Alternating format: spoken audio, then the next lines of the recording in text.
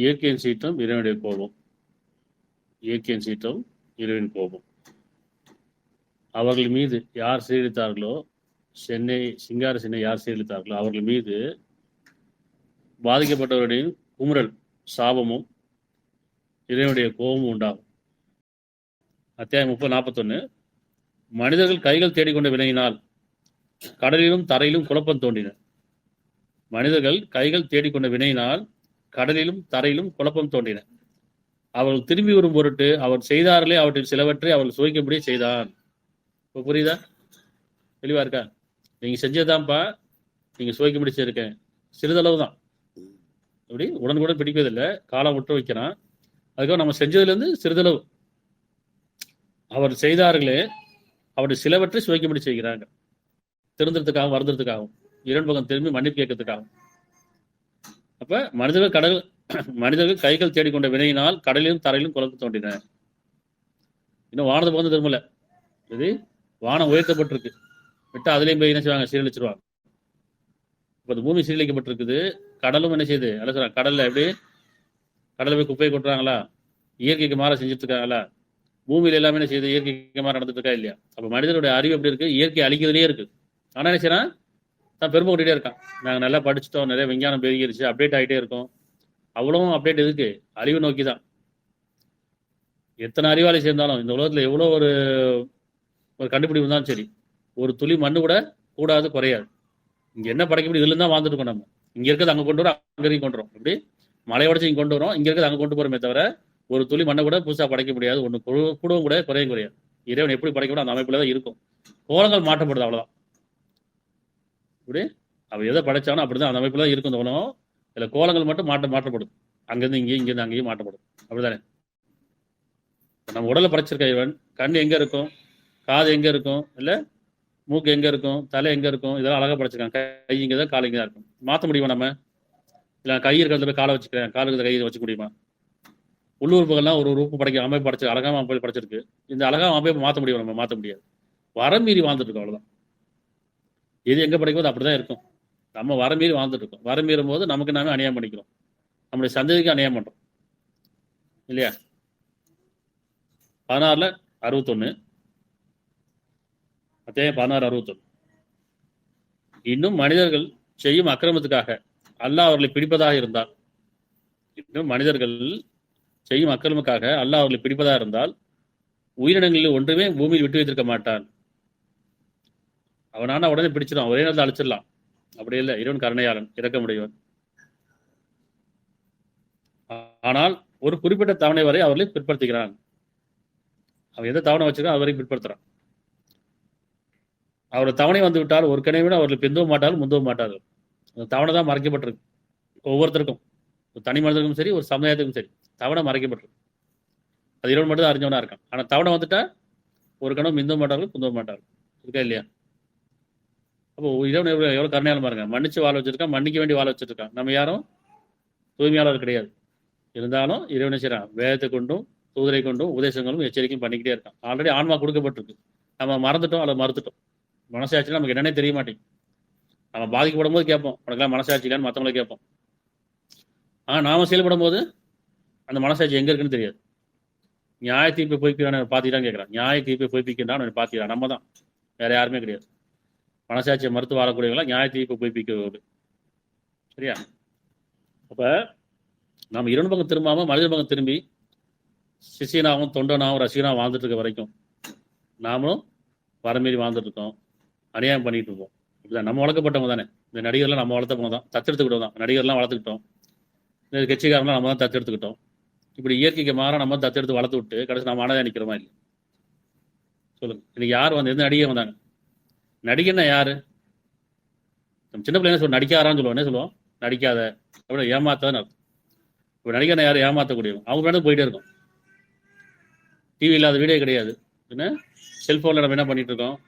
நிறையா ஃபேஸ்புக்லேயும் வந்து வாட்ஸ்அப்லேயும் என்ன எதை பார்த்தாலும் சரி, யூடியூப்பில் எதை பார்த்தாலும் சினிமா வாரங்களே பார்த்துட்டு இருக்கோம். இது எவ்வளோ போய் அநியாயங்கள் வரமிருக்கக்கூடியது. அவங்க நடிக்கிற நடிப்பில் நம்ம வீட்டில் நடிச்சேன்னா ஒத்துப்போமா? நம்ம ஆபாசமாகவும் அசிங்கமாகவும் ஒவ்வொரு சீரியலும் இப்படி இருக்குது, சீரியலிச்சுட்டு இருக்கா இல்லையா? ஆனால் அதே குடும்பத்தை ஒத்துப்போமா? படத்தை ரசிகர்கள் நம்ம ஒத்துக்க மாட்டோம். ஆனால் அதை ரசித்து அவங்கள வந்து ஊக்குவிச்சுட்டு இருக்கிறோம்.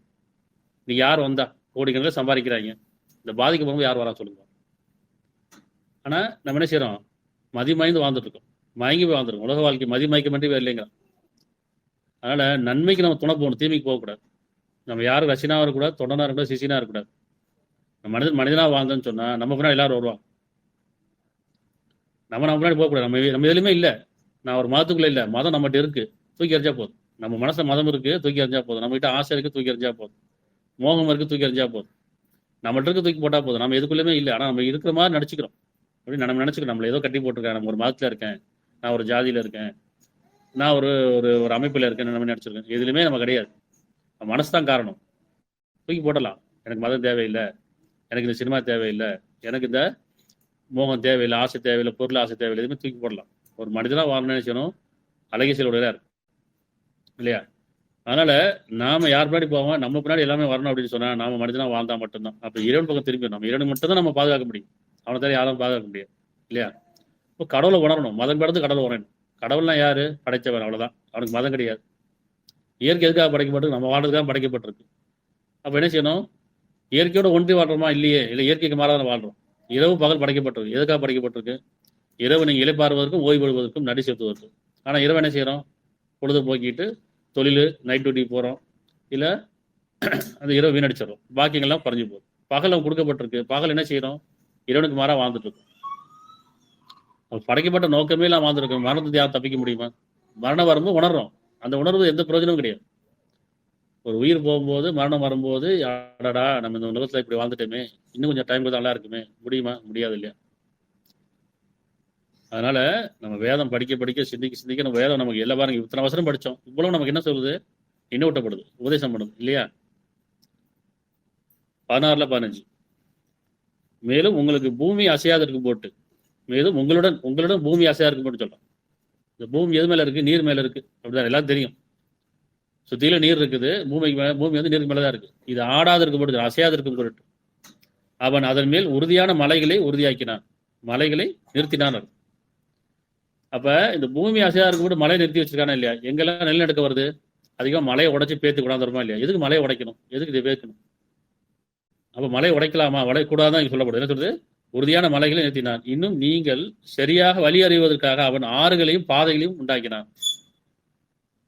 அப்ப யார் அமைச்சா அந்த ஆறுகளையும் பாதை? யார் அமைச்சாது? இயற்கைக்கு மாற செய்யக்கூடாது. இயற்கையில இறைவன் படைச்ச டிசைன் அது, அவ்வளவுதான். இப்படிதான் இருக்கணும், மலை இங்கதான் இருக்கணும், ஆறு இப்படிதான் இருக்கணும், ஏரி இங்கதான் இருக்கணும், குளம் இங்கதான் இருக்கணும், குட்டை இப்படிதான் இருக்கணும், இப்படி இதெல்லாம் இறைவனுடைய டிசைனிங். அப்ப இறைவனுக்கு மாற நம்ம செய்யலாமா?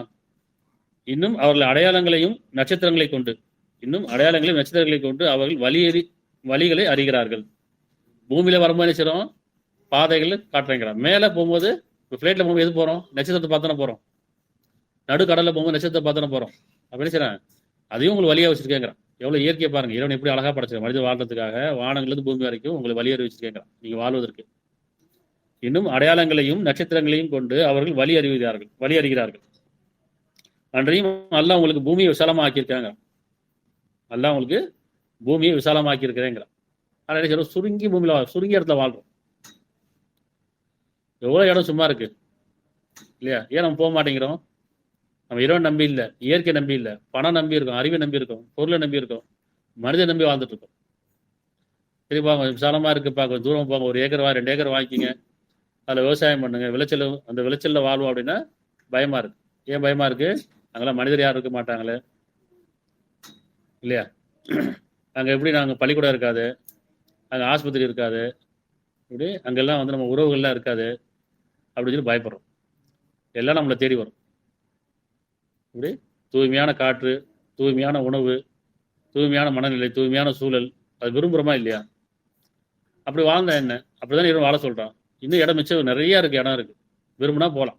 இவன் சொன்னா அல்லாட பூமி விசாலமானது இல்லையா, நாடு கடந்து போயிருக்க வேண்டாமாங்கிறான். அல்லாஹ்வின் பால் யார் நாடு கடந்து செல்கிறார், ஒரு ஏராளமான புகலிடத்தையும் விசாலமான வசதியும் காண்பார்கள்னு சொல்றான். ஆனா வேதம் படிச்சிருக்கோம், பயமா இருக்கு. ஏன்? இப்படியே வாழ்ந்துட்டோம், இணைய வச்சே வாழ்ந்துட்டோம் இல்லையா? 71:19-20 அன்றையும் அல்லாஹ் உங்களுக்கு பூமியை விசாலமா ஆக்கியிருக்கின்றார். அது நீங்கள் செல்வதற்காக, வாழ்வதற்காக அர்த்தம். செல்வதற்காக, நீங்க வாழ்வதற்காக விசாலமான பாதைகளை அமைத்தார். எல்லா வசதியும் பண்ணி கொடுத்துருக்கேங்கிறான். அப்போ இந்த வசதிகளை விட்டு நம்ம நினைக்கிறோம், நாம் வசதி ஏற்படுத்திக்கிறோம். அதான் சொன்னேன், இயற்கை நம்ம வாழ்றதுக்காக படைக்கப்பட்டிருக்கு, நாம வாழ்றதுக்காக இயற்கையை அழிச்சிக்கிட்டே இருக்கிறோம். ஒரு காலம் வரும், சுடுகாடாக மாறிடும், ஒன்றுமே இருக்காது. தண்ணியா 2 டேப்லெட் போட்டுக்கோ, 2 மாத்திரையை போட்டுக்கோ, உணவா 2 மாத்திரையை போட்டுக்கோ, தூக்கம் வரல 2 மாத்திரை போட்டு, எல்லாம் மாத்திரை ஆயிரும். இப்படி உணவே மருந்து, மருந்தே உணவு மாத்திட்டாங்க இல்லையா? அப்படி இல்லை, உணவு தான் அது மருந்து ஆகாது. ஆனால் மருந்தே உணவு, உணவே மருந்து ஆக்கிட்டாங்க. அப்படியும் ஒரு சில அறிவு போயிட்டு இருக்கு. ஆனால் இந்த காலங்காலமாக உணவு இருக்காது, அதுக்குள்ள 2 மாத்திரை போட்டுக்கோ, காற்று மாத்திரை போட்டுக்கோ, தண்ணிக்குரிய மாத்திரை போட்டுக்கோ. எதுக்கு வாழணும்? வாழ தேவையில்லை, செத்து போயிடலாம். உணவு எது கொடுக்கப்பட்டிருக்கு? ருசிச்சு ரசிச்சு சாப்பிட்றதுக்காக. உறக்கம் எது கொடுக்கப்பட்டிருக்கு? அமைதி அடைவதற்காக. அப்போ நிம்மதியான ஒரு வாழ்க்கையை விட்டுட்டு பரபரப்பான ஒரு வாழ்க்கையில போயிட்டு நம்ம நினைச்சிடும் வர மீறி வாழ்ந்துட்டு இருக்கோம். இது வாழ்க்கையே கிடையாது, நம்ம வாழ்றது வாழ்க்கையே கிடையாது. இறைவன் சொல்ற மாதிரி வாழ்றதா வாழ்க்கை, இயற்கையொன்றி வாழ்றது, இறைவனோட சேர்ந்து வாழ்றது. எப்பயுமே சரி, தியானத்தை எப்படி தியானம்? இறைவன் தியானம் என்ன? வானம் முடின்னு பூமி விளையணும், அதுதான் வாழ்க்கை. நம்மளை தேடி மலை நம்ம தேடி போறோம், மலை நம்ம தேடி வருதா? இரவு நம்ம தேடி போறோமா? இது தேடி வருதா? காற்று நம்ம தேடி தான் நம்ம தேடி போறோமா? இயற்கையில நம்ம தேடி தான் வருது. இறைவன் அப்படிதான் படைச்சிருக்கான். நம்ம பொருளை மட்டும்தான் தேடி போறோம், அறிவை தேடி போறோம். ஞானம் நம்மகிட்ட இருக்குது, ஞானம் தவற விட்டுட்டோம், அருளை தவற விட்டோம். வாழ்வாதாரமா அருளாதாரமா? பொருளாதாரமா? வாழ்வாதாரங்கிறது அருளாதாரம், பொருளாதாரம் கிடையாது. நீங்க பொருளாதாரத்துல போய் தான் குணக்கெடல் ஆகி போச்சு. குணம் கெட்டு போய் எதுக்காக? பணத்துக்காக தானே. அருளாத குணம் கெட்டு போகுது. அருளாதாரம் என்ன? வானம் புனி பூமி வெளிய விளைச்சல் நிறைய இருக்கும். ஒரு கூட நிறைய பழம் இருக்கு, ஒரு கூட நிறைய பணம் இருக்கு. நம்ம என்ன செய்வோம்? பணத்தை யார்ட்டாவது கொடுத்துருவோம். ஏன்னா அது கொடுக்க மனசு வந்துடும். பணம் இருக்குன்னு வச்சுக்கலாம், கொடுக்க மாட்டோம். ஒரு பை நிறைய பணம் இருக்கு, ஒரு கூட நிறைய பழம் இருக்கு. பையில இருக்க பணத்தை ஒழிச்சு வச்சுப்போம், மறைச்சு வச்சுப்போம், பாதுகாக்கணும்னு நினைப்போம். ஆனா கூட நிறைய பழம் இருந்தால் கொடுத்துருவோமா இல்லையா? அப்ப எப்படி? அருளாதத்தை மனசு விசாலமாகும், பொருளாதாரத்தை மனம் சுருங்கி போயிடும். எல்லாம் என்ன செய்றாங்க? மரங்கள்லாம் வெட்டிட்டாங்க, செடி நட்டிட்டே வராங்க. மரமெல்லாம் வெட்டி 100 வருஷம் மரங்கள்லாம், பெரிய பெரிய மரங்கள்லாம் வெட்டிட்டு செடி நட்டிட்டே வராங்க. இன்னும் 100 வருஷம் அதுக்கு வாங்கணும் வளர்றதுக்கு. இயற்கையெல்லாம் அடிச்சுட்டு இயற்கை மாதிரி எப்படி நீங்க எல்லாமே பாருங்க, இயற்கை அழிச்சாச்சு. ஆனா இயற்கையா வாழ நினைக்கிறாங்க, இயற்கை மாதிரி. நம்ம ஸ்கூல் படிக்கணும்னாலும் செய்ய மரத்துல இருந்தா ஒரு போர்டு போட்டு எழுதி கொடுப்பாங்க. இன்னைக்கு போர்டில் மரம் இருக்கு, அப்படிதானே? எப்படி மாதும் பாருங்க. இப்போ ஸ்கூலுக்கு கீழே, ஸ்கூல் படிக்கணும்னா மரத்துக்கு கீழே போர்டு வச்சு எழுதி கொடுப்பாங்க, படிச்சு கொடுப்பாங்க. இன்னைக்கு அதே படிச்சு கொடுக்குறேன். எப்படி? போர்டில் மரம் வச்சு இதான் மரம் சொல்றாங்க, இதான் பழம் சொல்றாங்க. இப்போ நம்மளை எங்க கொண்டு போயிட்டு இருக்காங்கன்னு பார்த்துட்டே இருக்கும். 2761 இது நம்ம யாரும் தெரியாம இல்லை, நம்ம சிந்திக்க தவறிட்டோம். நினைவூட்டல் தான், எல்லாத்துக்கும் தெரியும், நம்ம எல்லாத்துக்குமே தெரியும் நம்ம தவறா போயிட்டு இருக்கோம். நம்ம வாழ்வில் மாறி போச்சு, திசை மாறி போச்சு.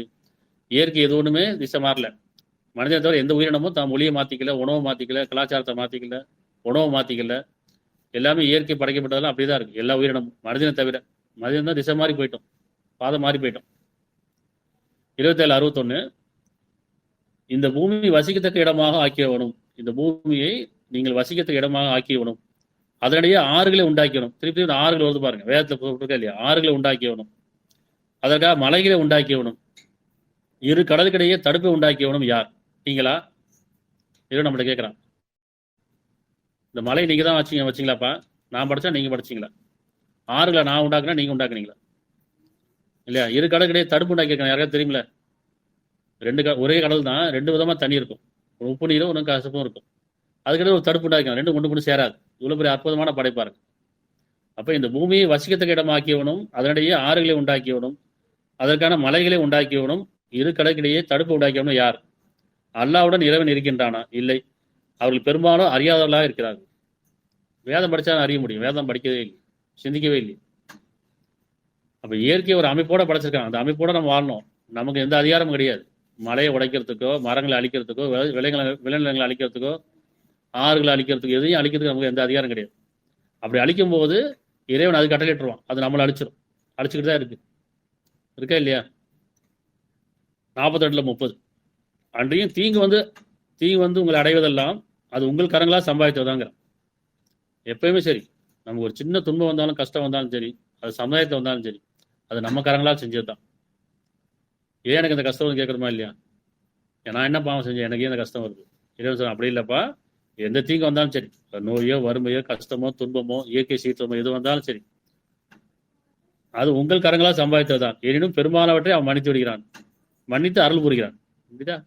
பெரும்பாலான மன்னிச்சிடா இறைவன், சிலவற்றை குற்றம் முடிக்கிறான். ஏன்னா திருந்ததுக்காக வந்ததுக்காக. அவன் இப்பயும் திருந்த வரதுலன்னு வச்சுங்களேன், முழுசா பிடிச்சிருவான். அவன் எவ்வளோ நேரம் அழிக்கிறதுக்கு? எத்தனையோ நம்ம வரலாறுல பார்க்குறோமா இல்லையா? எத்தனையோ சமுதாயம் அழிக்கப்பட்டிருக்கு, அடையாளம் இல்லாமல் போச்சா இல்லையா?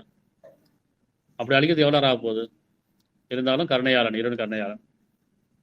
வரலாறு சொல்லும்போது சொல்றான் இறைவன் 27:58, இன்னும் நாம் அவர்கள் மீது கடுமழையை பொழிய செய்தோம். எனவே எச்சரிக்கப்பட்ட அவர்கள் மீது பெய்த மழை மிகவும் கெட்டதாகும். மழை வேணும் வேணும் விரும்புகிறோமா இல்லையா? இப்போ யார் மழை வேணும் விரும்புவா? யாரெல்லாம் விவசாயம் பண்ணா அவங்க விரும்புவாங்க, மழை வேணும்ப்பா. மேலே வானத்தை பார்த்துட்டே இருப்பாங்க.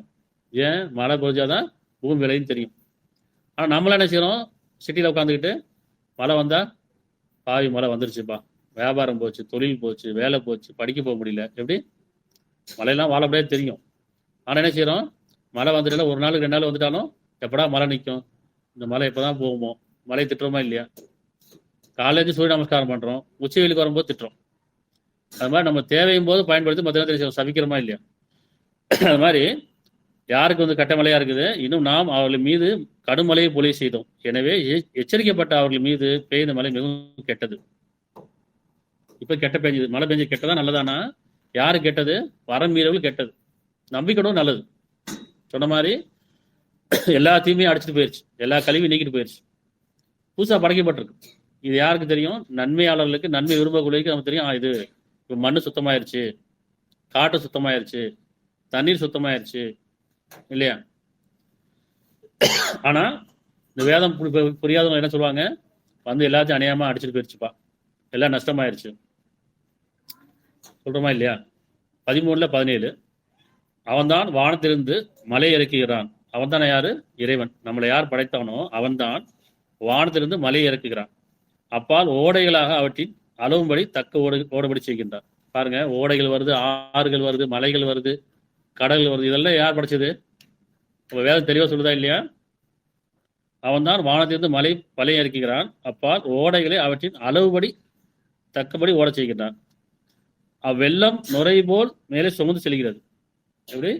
அந்த வெள்ளம் நுரையை மேலே சுமந்து செல்கிறது. ஆபரணமோ அல்லது பொருளையோ செய்ய. இப்ப ஒரு தங்கம் நினைச்சுவாங்க, அதை உருக்கும் போது அந்த அழுக்கெல்லாம் மேலே வந்துருமா இல்லையா? உதாரணம் சொல்றாரு. அந்த மாதிரி இந்த வெள்ளம் அடிச்சுட்டு போகும்போது அழுக்கெல்லாம் போயிருதான், நல்லது தங்கிருமா. நன்மை இந்த பூமியில தங்கிரும், இந்த அழுக்கெல்லாம் அடிச்சுட்டு போயிடும். இதுக்கு உதாரணம் எப்படி சொல்றா பாருங்க. ஆபரணமோ அல்லது பொருள்களையோ செய்யவோ நெருப்பில் வைத்து உருக்கும் போது அதே போல் நுரை உண்டாகிறது. இவ்வாறே சத்தியத்துக்கும் அசத்தியத்துக்கும் அல்லாஹ் உதாரணம் கூறுகிறான். சத்தியத்துக்கும் அசத்தியத்துக்கும். சத்தியம் நிலைச்சு நிற்கும், அசத்தியம் அழிஞ்சு போயிடும். அப்ப தீமையெல்லாம் காண போது, நன்மை மட்டும் நன்மையாளர்களுக்கு மிஞ்சும்.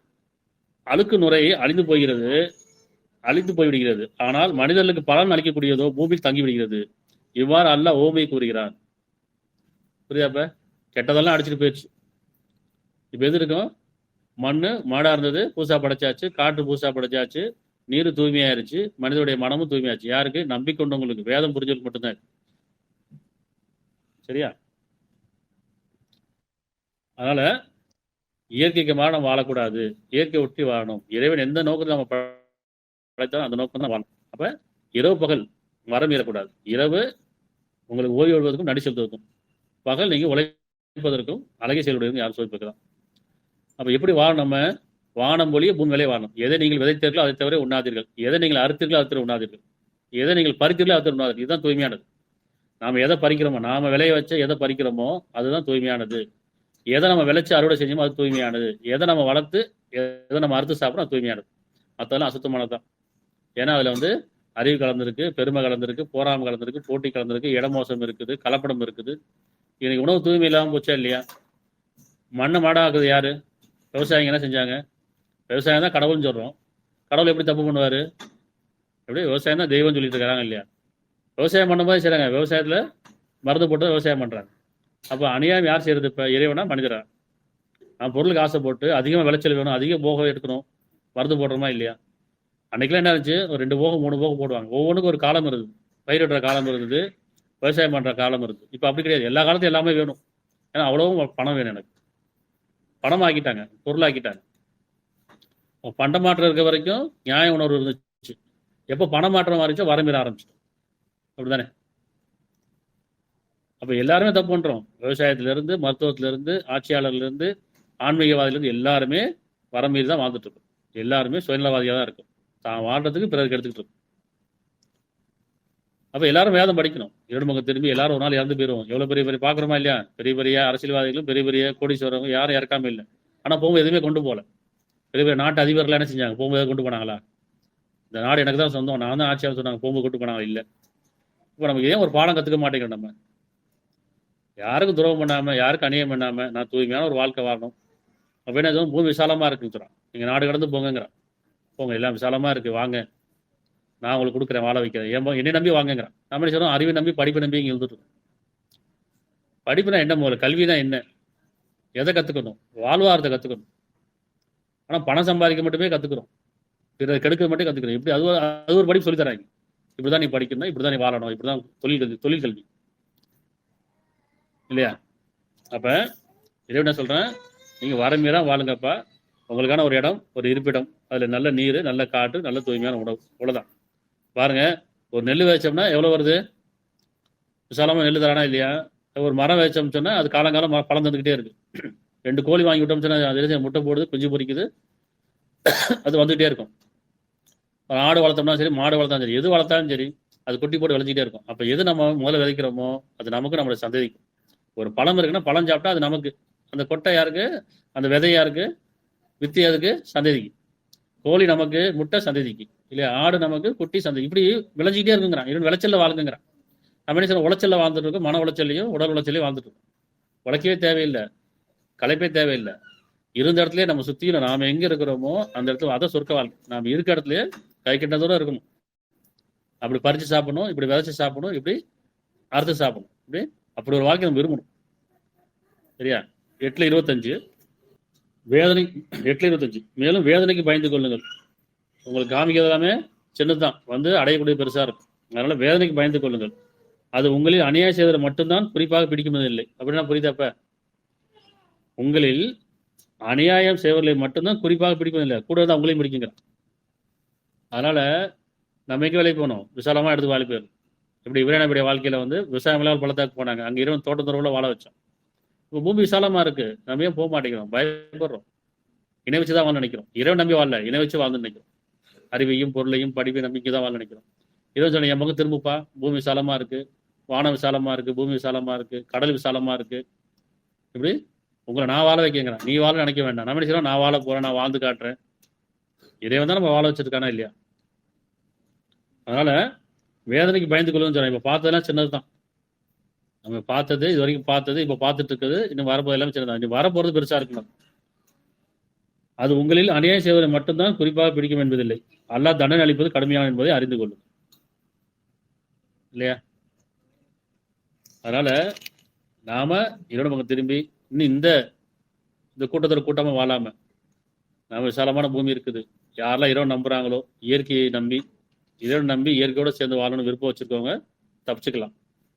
இல்லைன்னு சொன்னா இந்த அநியாயங்களையும் வரமையிலையும் நம்மளையும் வாழ்ந்து நம்மளும் இந்த அழிச்சாட்டியத்தோட நம்மளும் வாழ்ந்துருக்க வேண்டியதான். வரமீறி வாழ்ந்துருக்கோம். அப்ப வேதம் படிச்சு தேவையில்லை, வேதம் படிக்க தேவையில்லை, இரவு நம்ப தேவையில்லை, கோயில் குளத்துக்கு போக தேவையில்லை.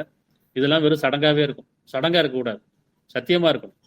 நம்ம இன்னைக்கு சடங்கை தான் பின்பற்றோம், சத்தியத்தை யாரும் பின்பற்றல. சத்தியம் எங்க இருக்கு? உள்ளத்துல இருக்கு, உணர்வா இருக்கு, உள்ளட்சத்தோட இருக்கு. நம்ம வாழ்றதுக்கு இறைவன் பொறுப்பேற்றுக்கிட்டான்.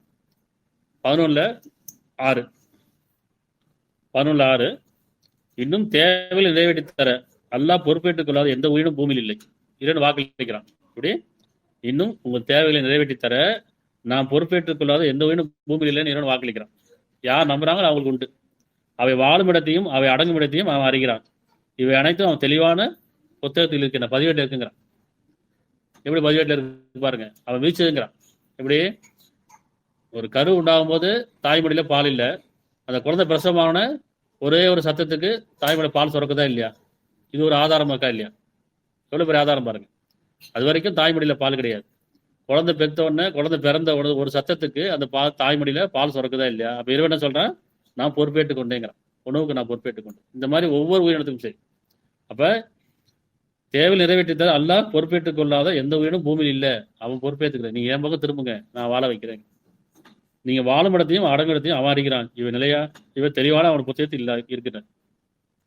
அப்ப நாம அவன் வேதப்படி வாழணுமா, விதிப்படி வாழணுமா, அல்ல நம்ம அறிமுகம் திரும்பிடணும் இல்லையா?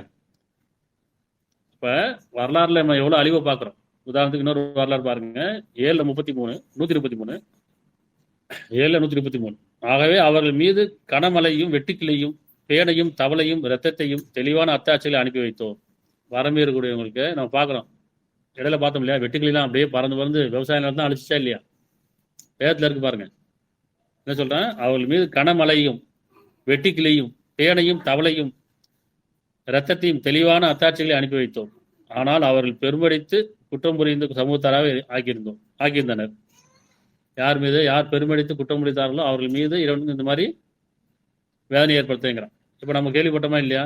வெட்டுக்கிளிலாம் எப்படி அந்த சமுதாயத்தை அழிச்சிச்சு, அந்த விளைநிலங்களாம் அழிச்சிச்சு, ரத்த மழை பெய்யுதுங்கிறாங்க. இப்படி நிறைய அங்கே வந்து வாழ முடியாத அளவுக்கு விஷ ஜந்துக்கள்லாம் ஆயிடுச்சா இல்லையா? அதே மாதிரி இறைவன் வந்து எப்படி இறைவன் கட்டிருக்கான் பாருங்க.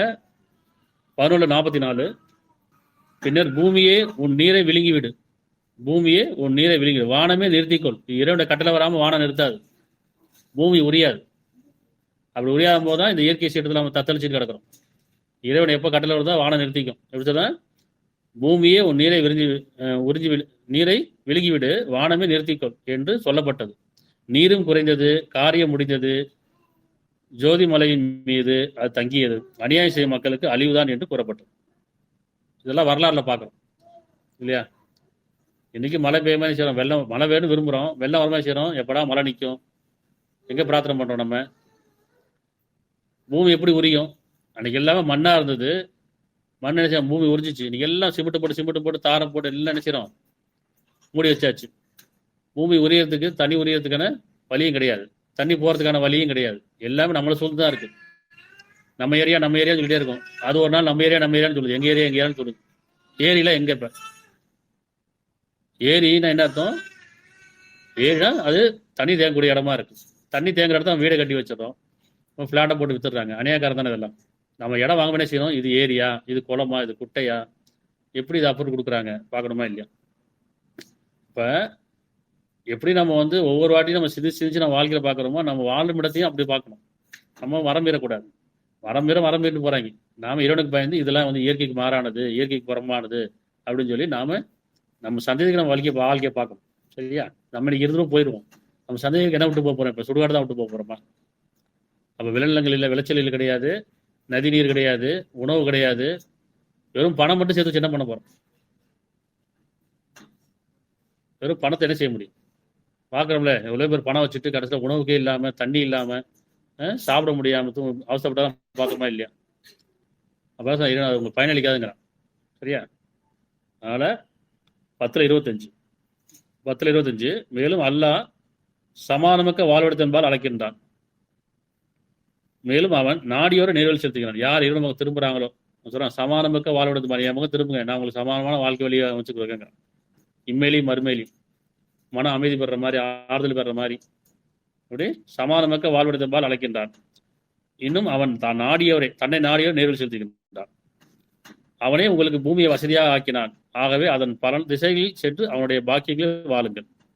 67:15 அவனே உங்களுக்கு பூமியை வசதியாக ஆக்கினான். ஆகவே அதன் பல திசைகளில் சென்று அவனுடைய பாக்கியங்களில் வாழுங்கள். இன்னும் அவனமே மீள வேண்டியிருக்கிறது. நாடு கடந்து போகணும். நாடு கிடக்காம இங்கே இருக்கிற வரைக்கும் இந்த அநியாயங்களையும் வரமையிலையும் வாழ்ந்துட்டு இருப்போம். நமக்கும் அந்த சோதனைகள் வேதனை வந்து அடையும். சரியா? 9:38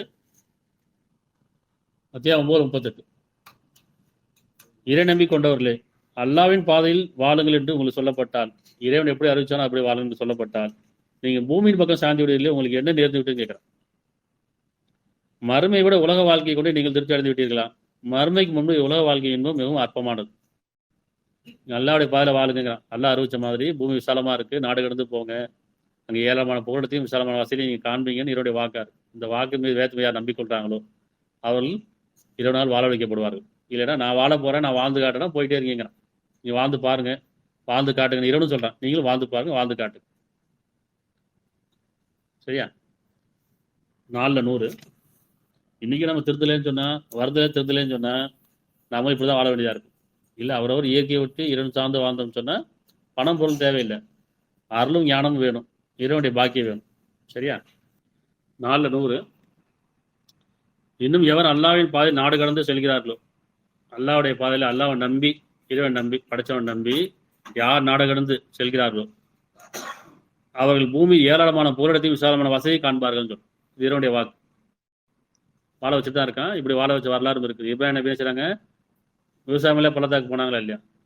அங்கே ஒரு சந்தையை உருவாக்கி அவங்க சமுதாயத்தை உருவாக்கி பாக்கியங்களை வாழ வச்சான். இன்னைக்கும் சாட்சியாளர் வாழ வச்சுட்டு இருக்காங்க நிறைய பேர். அதனால் எவர் அல்லாஹ்வுடைய பாதையில் இறைவன் அறிவித்த அந்த பாதை சத்திய பாதையில் நாடு கடந்து இந்த இணை போட்டு விலகி, இந்த அறிவையும் பொருளையும் உறவுகளையும் இந்த மனிதர்களை விட்டு விலகி, இந்த அநியாயக்காரர்களை விட்டு விலகி செல்கிறார்களோ அவர் பூமி ஏராளமான புகலிடத்தையும் தரான். ஏராளமான புகலிடத்தையும் விசாலமான வசதியையும் காண்பார்கள். இன்னும் தம் வீட்டை விட்டு வெளிப்பட்டு அல்லாஹ்வின் பக்கமும் அவன் தூதர் வழியில் நாடு கடந்து செல்லும் நிலையில் எவருக்கு மரணம் ஏற்பட்டு விடுகிறதோ அவருக்குரிய நற்கூலி வழங்குவது நிச்சயமா அல்லாஹ் மீது கடமையாகி விடுகிறது. இது இறைவனுடைய வாக்கு. மேலும் அல்லாஹ் மிக மன்னிப்பவனாகவும் பேரன்பு மிக்கவனா இருக்கின்றான். இப்படி நிறைய வசனம் இருக்கு வேதம். என்ன சொல்றேன், நீங்க வாழ்றது இப்படி இல்லப்பா, பெரும்பாலும் பின்பற்றி வாழாதீங்க. அறிவையும் ஞானத்தையும் அருளையும் விரும்பி வாழுங்க. என் முக திரும்புங்க. அது அல்லாஹ்வுடைய பாதையில் நாடு கடந்து செல்லக்கூடிய விருப்பத்தை வைப்போம். இந்த அநியாயக்கார மக்களோடையும் இந்த வரம்பீர் மக்களோடையும் வாழ்ந்தோம்னு சொன்னா குறிப்பா அவர்ல மட்டும் பிடிப்பில்லை, உங்களையும் சேர்த்து பிடிப்பேங்கிற நாளையிலிருந்து இறைவன் பாதுகாக்கப்படணும். சரியா? திருப்பி 67:15 அவனே உங்களுக்கு பூமியை வசதியாக ஆக்கினான், வாழுமிடமா ஆக்கினான். ஆகவே அதன் பல திசைகளில் சென்று அவனுடைய பாக்கியங்களை வாழுங்கள் அப்படின்னு இறைவனுடைய கட்டளையா இருக்கு. விரும்பவங்க இந்த பாதையை தேர்ந்தெடுத்துக்கலாம். நிச்சயமா இறைவன் பாக்கியங்களை வாழ வைப்பான். சந்தைகளாக இறைவனே எங்களையும் இந்த அநேக மக்களிலிருந்து பாதுகாப்பாயாக, இந்த வரம்பீர்கள்ட்ட எங்களை பாதுகாப்பாயாக, உன் அருள் பாக்கியங்கள் வாழ வைப்பாயாக. சொர்க்கத்துக்கு இணையான வாழ்க்கை, வானம் போலிய பூமி விளைய உன்னுடைய பாக்கியங்களை வாழ இறைவனே. நிச்சயமா நீ எங்கள் மீதும் எங்கள் சந்ததி மீதும் கருணையுடையவனாகவும் இறக்கமுடையவனாக இருக்கின்றாய். எல்லா புகழும் அல்லாஹ்வுக்கே உரியது.